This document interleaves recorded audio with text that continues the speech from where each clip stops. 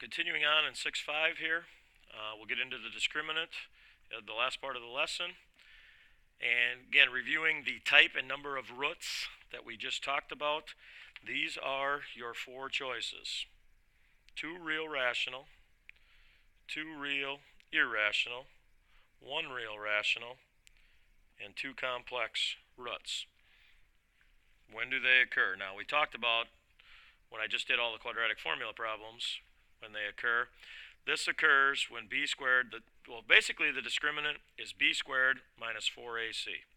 When that is bigger than 0 and positive, and it's a perfect square, you're going to get 2 real rational roots, okay? Meaning no square root on your answer. You might have 2 fractions. They could come out to be whole numbers, which could be written as fractions. That's 2 real rational when it's a perfect square. When it's bigger than 0, and it's not a perfect square, it's 2 real irrational. In other words, you're going to have something like 5 plus or minus 2 square root 5 all over 2, or something like that. You end up with 2 real irrational. You have a square root on your answer. 2 answers because of the plus minus symbol in there. When you get a 0 under the root, so when the discriminant is equal to 0, 1 real rational. And notice that means the vertex, if you think of it graphically here, the vertex would be on the x-axis. Okay, when you're getting 2 real rational, you're getting 2x intercepts. And then when you get a negative, this is saying when the discriminant is less than 0, or you get a negative under the root, it's 2 complex roots. And that means the parabola, if you looked at it graphically, would not cross the x-axis, which creates the complex roots that have I on them. So you need to know these 4 types right here. How many, what type of root, when they occur. So the discriminant again is the b squared minus 4ac. It's just that number you get underneath the square root without the root on there. So if we go through this, all I'm going to do, I'm not going to do the whole root here, but we need to find the value of the discriminant. That's one thing. Describe the number and type of roots. That's the second thing. So that would be of those 4 choices. You have to have it in standard form set equal to 0. And these should have equals 0 on them. I think they do on yours. If not, put it on there. Notice all of these are set equal to 0. But if they were not set equal to 0, you need to do it. So we're going to do b squared minus 4ac. So I would do 6 squared. If it's positive, you don't have to put it inside parentheses. Minus 4 times a, which is 1, times c, which is 9. So I'd get, I'm not going to use the calculator here, but I'd get 36 minus 36, which is 0.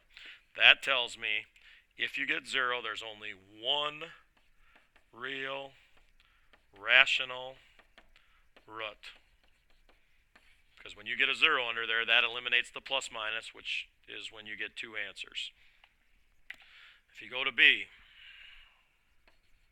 squared minus 4ac, again, this is already in standard form. We're looking at this one right now. So b squared, so that'd be 3 squared minus 4 times 1 times 5. It'd be 9 minus 20, which is negative 11. So we get negative 11 right there. That implies we'd have a negative under the square root, and we would get 2 complex roots. They are not real anymore because of the negative under the square root. They're imaginary. If you looked at it graphically, it would mean the parabola would not cross the x-axis, or there would be no x-intercepts. Down here, if I do b squared minus 4ac, notice b is 8. So you'd have 8 squared minus 4 times 1 times c, which is negative 4. So that'd be 64 minus a negative 16, which ends up being plus. So 64 plus 16 would be 80. That is not a perfect square. Okay, 80 is not a perfect square, which means you'd have the square root of 80 that you'd have to simplify if you did the whole quadratic formula. So that would be 2 real irrational roots. Irrational meaning you'd have a root left on your answer. There's 2 of them. Because the plus minus symbol stays in there. If we do b squared for the last problem here, b squared minus 4ac, I would have negative 11 in parentheses squared, because there's my b, It's already set equal to 0. Minus 4 times 1 times 10. So negative 11 squared is 121 positive minus 40, which ends up being 81. If you checked it on your calculator, that is a perfect square. So if I went and actually did the whole quadratic formula, I'd have the square root of 81 there for the square root part. That ends up being a whole number. It's a perfect square. That produces 2 real rational roots, because I don't end up with a square root, because I take the square root of 81, which is a perfect square. Irrational means you still have a square root on there, and that occurs when it's not a perfect square. You need to know those facts and the types of roots. You will be asked to describe them. In summary here, for solving quadratic equations, and I don't think this is in your notes, when to use what? Graphing can sometimes be used, and that really, this is going to probably be the one we use the least amount. It's only if an exact answer is not required, because you have to find the x-intercepts, and a lot of times that's an approximation if you don't need an exact answer. Factoring works sometimes. Use if the constant term is 0, or if the factors are easily determined. If it doesn't, remember that using the quadratic formula will always work, even if it's factorable. So if it's a tough one to factor, you can go ahead and use the quadratic formula. It will get you the same answers. The square root property is used sometimes. That's used when you have a perfect square, where you would go and take the square root of each side, positive and negative, and go through and do that. If you have it written as a binomial squared over on this side, which is involved in completing the square.